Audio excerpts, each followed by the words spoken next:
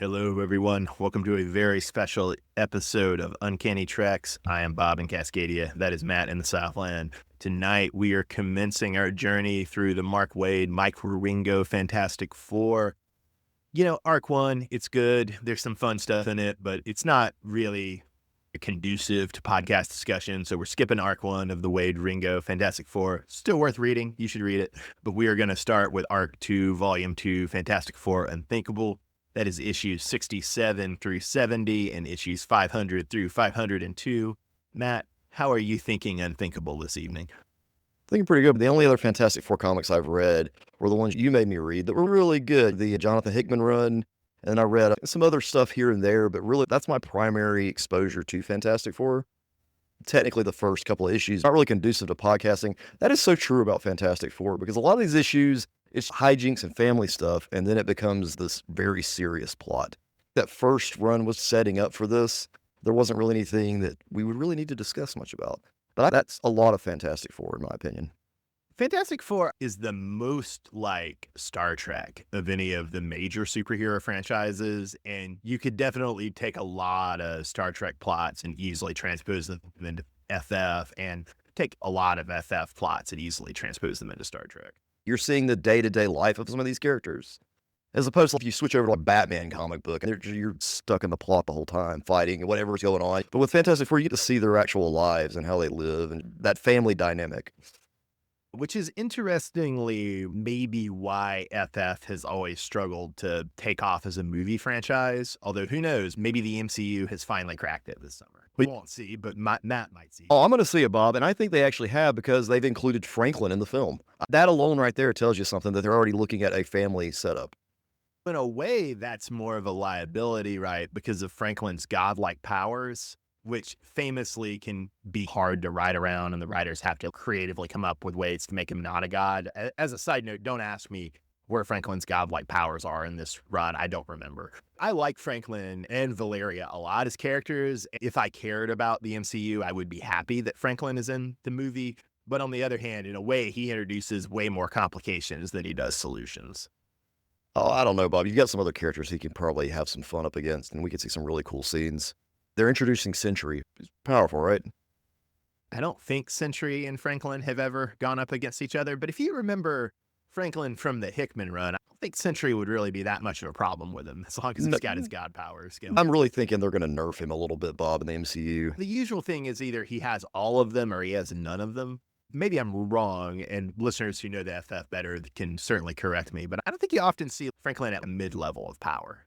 Based on Hickman's run, Bob, I think that we're going to find a way. There's going to be a couple of films, or at least a time frame, where Franklin's learning the powers, and he's not going to have complete control over the godlike. So even though he has those amazing things, he's not going to be able to do them because he's a child.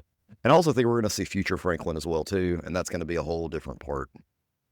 I tend to think they won't go into future Franklin yet, just because they're going to be doing the multiverse stuff anyway. They would rather just do multiversal cameos that people recognize. But if this FF movie is successful and if they make sequels, I could see them getting into future Franklin in the near future.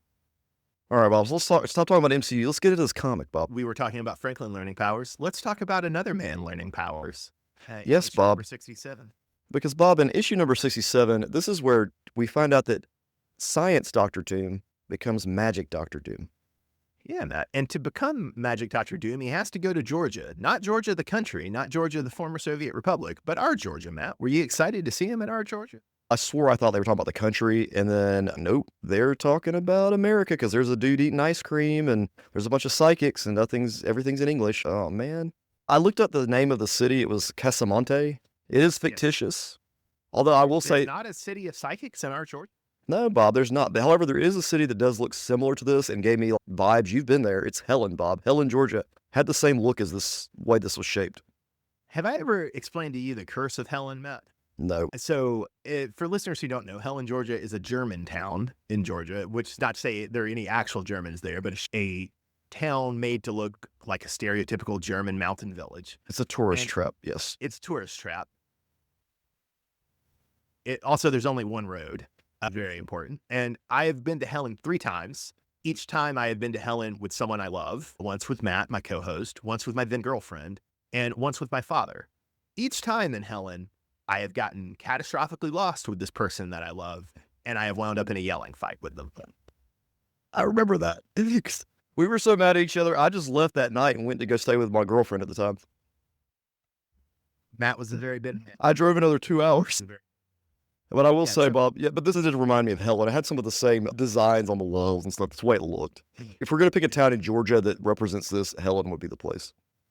We had a terrible time in Helen, Georgia, but Doom has a great time in Casamonte, Matt. He is just a great time. Although he is very contemptuous of America. And my favorite panel of this issue was when Doom tells his former lover, Valeria, who was working in Casamonte, that the United States of America is the United Kennel of America. There you go, Bob. But don't get too involved with Doom and Valeria, Bob, because when it goes from being this love story, it just quickly shifts into Doom choosing magic. And how is he going to get this magic? By sacrificing Valeria, Bob.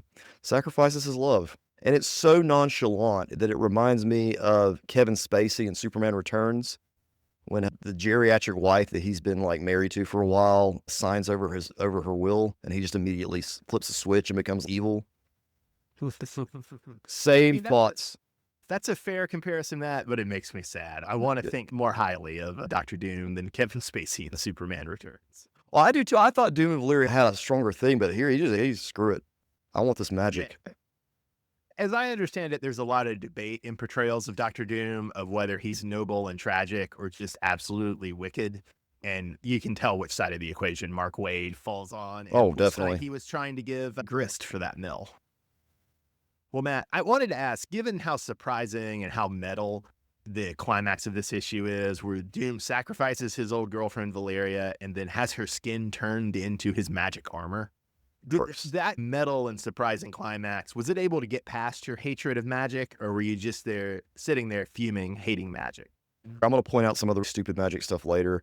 I do want to make this clear, though. I've talked about this video game, Midnight Suns, that released not too long ago. What's interesting about this game is that I'm going to spoil the ending for you, but we find out that Dr. Doom is supposed to be set up for the villain in the sequel, and he gets magic powers. Magic has always been in the Dr. Doom mythos, but usually the mad science overshadows it. Back in the Lee and Kirby run, there's some stuff with magic. There's a really good graphic novel from the 80s that Mike Mignola drew called Doctor Strange and Dr. Doom Triumph and Torment, about Dr. Doom trying to free his mother's soul from hell, or actually from Mephisto, because it's Marvel, so there's no Christian hell. But that's always been a part of Dr. Doom's character. But yeah, this is one of the definitive, like, Dr. Doom does magic stories. Issue number 68, what goes down? Well, Bob, in issue 68, it's just a regular day in the life of the Fantastic Four until Franklin gets dragged to hell. We open up this with Reed and Sue having a little bit of a marital dispute, a little bit of a lover's quarrel, and they're arguing about whether magic is real and whether it makes sense. And Matt, I like to imagine that we just saw a window into your relationship with your partner. I don't think I've ever had this discussion with my wife, Bob, but Reed it's not that Reed doesn't believe the magic necessarily. He just believes there's a scientific basis for the magic. It's not that he doesn't believe that's happening. It's that there's a scientific reason for why that occurs. And we could probably figure that out, which makes sense to me. Going back to that video game, Bob, you have a dynamic between Stephen Strange and Iron Man, Tony Stark in that game. Whereas here, you're going to see this dynamic between Reed Richards and Stephen Strange, which I want to see in the MCU. That could be fun. I think they did that a little bit between Strange and Stark, the Infinity War movies, but for sake of time and crowded characters. There was something else Reed had going on this issue that you dug, Matt. They drew him with his combat suspenders, these gray things that have all these pouches on them, and I don't know what he carries in them. But the only reason this stuck out to me, Bob, is because the action figure we had as a kid came with this suspender thing, and I never saw him with it before until this issue. That's wild, Matt. I got to be honest. I don't remember the combat suspenders, and I don't even think I remember there being a Reed Richards action figure. I believe you that there was, but I'd almost had in my mind been, the stretchiness was too hard to do for an action figure. So his arm stretched. You never heard of Stretch Armstrong, Bob? Jeez. Yeah, but Stretch Armstrong was slightly bigger, slightly more expensive. They wouldn't go that route from the usual action figure, right? It was just his arm stretch. That was all it was. Okay, interesting. Was it they stretched like Apocalypse's legs stretched? Or No, they were like made of a rubbery material. I wonder how many kids stretched it too far and broke it. It'd be really hard because it was a thick rubber. It wasn't like Really thick. it doesn't stretch as much as you'd want it to. Okay, so it wasn't that thin. I was imagining it as thin for better stretchiness. Well, Matt, speaking of stretchiness, we see Medusa from the Inhumans, and she's babysitting the Richards children, and we see her have Frank and Valeria in her hair. And I just wanted to ask, Matt, is that cute or creepy? Well, Bob, it's cute because it's more of a Tangled type thing, the Disney movie. I don't really think it's that weird. Now, she had snakes as her hair, like for real, like the mythical Medusa. I gotta say, Matt, I still find that a little off-putting, but it does make sense that because of Tangled and because of the cartoon propaganda, kids now think hair is like cooler and cuter than it actually is. Whereas we know that hair is disgusting and gross. Well, I don't have much hair, Bob, so I'm good. That's why you're shedding yourself of the burden, Matt. That's got to be it. So, Matt, my favorite panel from this issue has to be Doom calling his goddaughter on her building block. Magically on her building block. I thought that was delightful. And everybody's understand too, Valeria is like 1 year old here, 1 year old. So she's not the 6-year-old we were seeing in the Hickman run. She still does seem to be a very precocious and intelligent toddler, but yes, she is very young. Literally just born 2 arcs before. She's not talking. I don't think she's walking. I think they carry her everywhere. Doom, though. Well, yeah, that's her first word. Her first word is Doom. We also have the revelation that Doom made Valeria his familiar, which is really interesting. Bonds like that are important in magic because he sacrificed his vow to gain his powers. So why not ensure the child is named after his sacrifice to build that magic bond? She was born and Dr. Doom helped deliver her and got the privilege of naming her slightly like just 2 arcs before this. He named her Valeria then, and the question was he planning to do that to his ex-girlfriend already at that point, but named her. Right. Well, Bob, my favorite panel, there's this series of panels at the beginning of the issues that highlight Ben and Johnny, the financial issues they're having, and then the pranks that Ben is pulling on Johnny because he doesn't have the money he needs. To give a little context, the prank war between Johnny and Ben is long ongoing since Kirby and Lee. We saw that some in the Hickman run, and some of the stuff that we skipped over from the first arc. I can't remember the specifics, but it's about Sue giving Johnny more responsibility in the Fantastic Four business, which I think is both managing their licenses and also managing the patents for Reed's inventions. It was fun to see that just in the comic itself. That was my favorite panel from this issue. Earlier at the top, when we were talking about the MCU, we said some nice things about Franklin, and I believe those things. I think Franklin's a really good kid character. He and Valeria actually, I can't think of kid characters I like better in comics other than Damian. Seeing Franklin get dragged to hell is actually really funny. They're very careful about what they show, too. They don't show him getting tortured or lit on fire, although later on in this series, they do show some pretty graphic torture of the Fantastic Four, but they don't show the hell here. The hellscape here is not as frightening as what you would expect. We'll get into this in the 2-part epilogue to this. It really is more about what Franklin saw rather than what's, quote, done to Franklin. What goes down in issue 69, Matt? In issue 69, the Fantastic Four confront a magical Dr. Doom in hopes of rescuing Franklin. My favorite panel was right here at the jump, where Johnny immediately is going to jump into hell to try and save Franklin. And Reed wants to go, and Johnny has to explain to Reed why he needs to be the one to go to hell, partially because of fire, obviously, and partially because it's like, Reed, I don't know how to get you out of there. We don't need the smart guy going risking his life. While going in hell after his nephew, Johnny makes the joke that the ring is no longer frightening to him, which I gotta admit, yes, that's a mega dated reference, but I thought it was pretty funny. And it's not that dated in the sense that it's just obvious that he's referencing a horror movie. It's 2025. I don't know if anybody that was born after like 2010 is going to understand that. You just have to know The Ring is a horror movie and the context flips into place. From context, it's not unreasonable to think that somebody could figure that out. 100 years from now, when somebody picks up this issue in some digital form or something somewhere, they're going to read it and be like, what's he talking about? Because that happens to me sometimes too. I'll be reading stuff. You read comics from the 40s or the 50s and they'll mention some film or some actor of the time, and I have no clue what they're referencing. Let's go to something more sensational, and I want to run down, and this will be a reoccurring motif throughout these other issues in this arc, Unthinkable, of some great horror movie moments in this arc, which I really do think. And for this issue, the great horror movie moment for me is Reed and the rest of the family looking at Val, and Reed saying that Val's eyes are blue, and then you look and you see that they're Dr. Doom colored eyes. So another moment I really liked, Matt, was Ben telling Reed that nobody likes feeling stupid. Just ask Vic, meaning just ask Dr. Doom. I thought was a really funny line. And the last thing I wanted to highlight from this issue, which I thought was just absolutely great, it was Sue getting really mad at Doom, obviously, because he sent her son to hell, and him replying in an innocent tone, "Why aren't you mad at your brother? He's the one who left him in hell." Which that's a real theme, and I think Mark Waid does this really well in these issues. You have like the fights that are pretty fun between the Right. FF and Doctor Doom, but you also have people just saying the absolute meanest thing to the Yeah. opponent they can, and that's something not all superhero writers can always hit. Wade hits it very well in this. The way Wade handles Johnny's guilt afterwards is great too, because you see Johnny feels bad that when we see Franklin's state when he does get out of hell, he feels responsible for Franklin having these problems.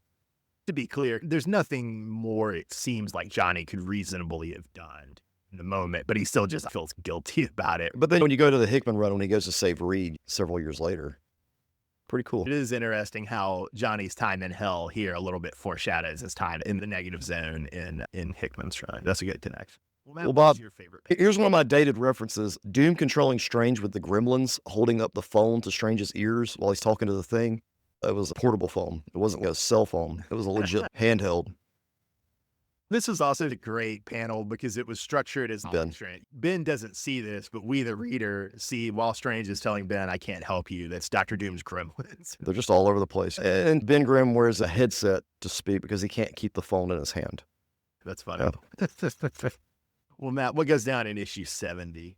Well, in issue 70, Bob, the Fantastic Four surrender to Doom in order to save Valyria. Yeah, before they surrender, my favorite panel was Sue sending a series of invisible spikes at Doom. I'd never seen her powers used that way, and that was very cool. Yeah, my favorite panel is Doom turning Reed's laser gun at one point into this mass of fingers, eyes, and bones. Gross. Really sick. And then later on, at the end of the issue, there are panels of the Fantastic Four being tortured by each other's powers. That was cool. You see Sue just engulfed in flame. You see Johnny being stretched. You see Thing being chiseled. It was freaky. We mentioned the Ring reference last issue, but there's a big Saw influence on this issue, and the torture Doom puts the FF in. A couple other horror movie moments I wanted to flag before the FF surrender. There's a great moment where Ben punches Dr. Doom's head 180 degrees all the way around and like snaps his neck, and then Doom just magically rotates. Obviously, we've seen that before, and we'll see it much later after this, but it's a very cool moment when you pull that off. Then, even as a foreshadowing of Ben getting chiseled when he's in captivity, we see Ben fighting the mindless ones, and the mindless ones literally punching the rocks off Ben's hide. Grizzly. It's scary. Remember who the mindless ones are? They're Doctor Strange mythos, and in the parallel dark dimension where Dormammu is the Lord, one of the things like you need Dormammu or somebody in Dormammu's job because he's holding back the mindless ones who are besieging the people who live in that dimension. If Dormammu or someone like him wasn't there holding the mindless ones back, they might also besiege our reality. These giant cyclopean beasts who, as the name says, are mindless. When Doom captures Valyria, the teleportation magic he uses or whatever he does did not translate well to the page and confused me to where I had to go back and read it. As we were talking about this, I've also been watching pandemic era lockdown AEW, and I just got to the debut of the Exalted One, Matt Hardy, and they do a teleportation gimmick with Matt Hardy, and it's really bad. I remember that. That's where he teleported himself from the stands to the ring. I like what Matt Hardy does in the ring a lot, but I don't remember what he used to be like on the mic, but he real bad on the mic in 2020. You know? Maybe it's just this character he's doing that doesn't work. The character took off really big, Bob. During that time, Matt Hardy, it's a delete thing He calls called himself Dermascus or something. He's got a slogan. Broken Matt Hardy. Enough about broken Matt Hardy, the Exalted One, Matt. On to issue number 500 of Fantastic Four. What goes down? Well, Bob, in issue 500, Reed learns magic from Doctor Strange, defeats Magic Doctor Doom, and rescues Franklin.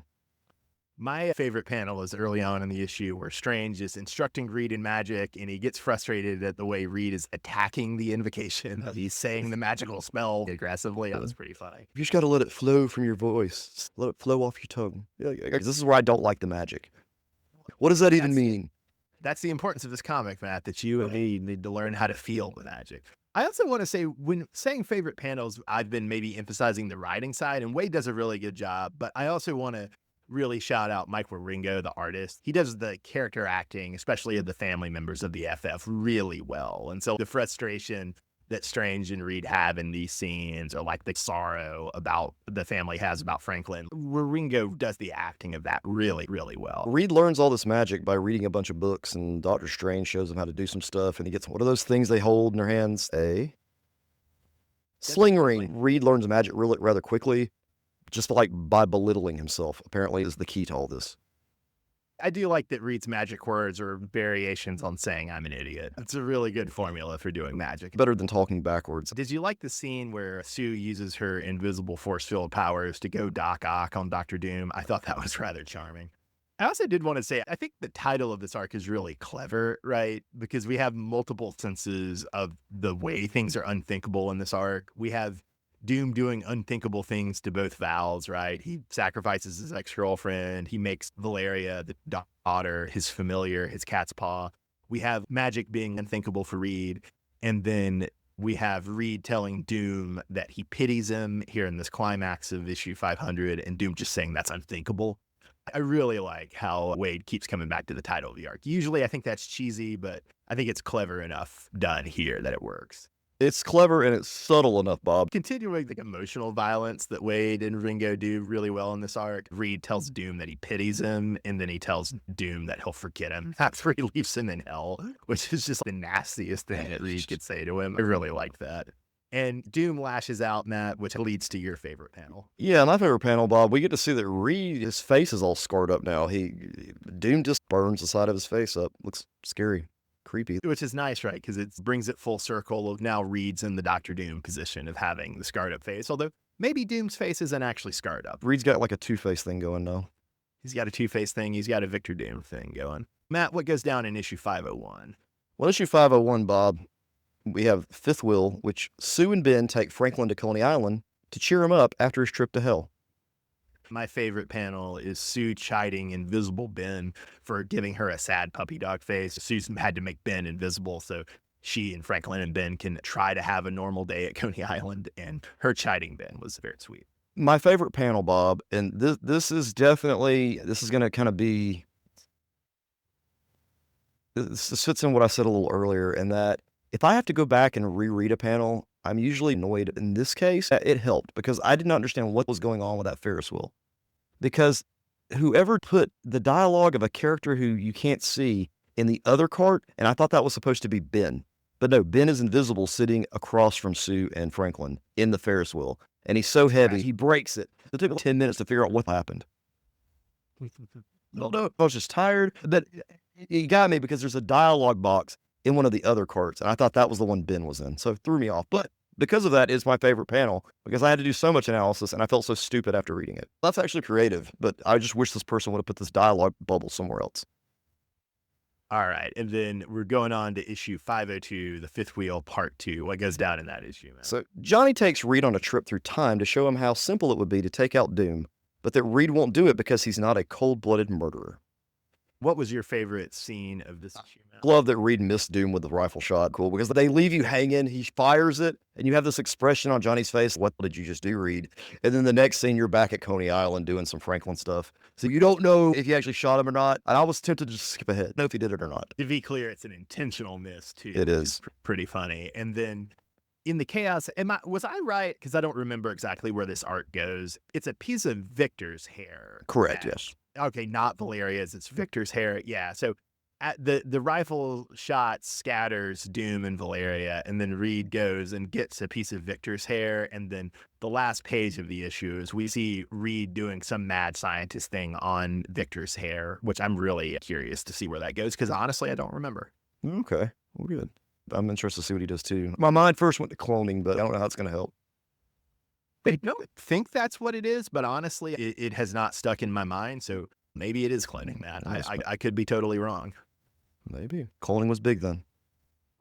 Actually, at this point, I think there might be a taboo on clones because of Clone Saga. It might be taboo at this point. We're going to keep rolling next week with volume 3 of the Wade Ringo run. That's Authoritative Action.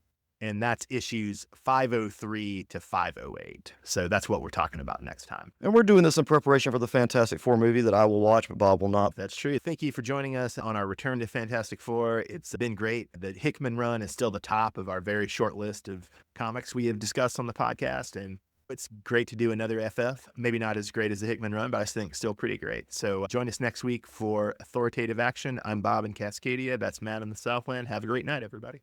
Thanks for listening.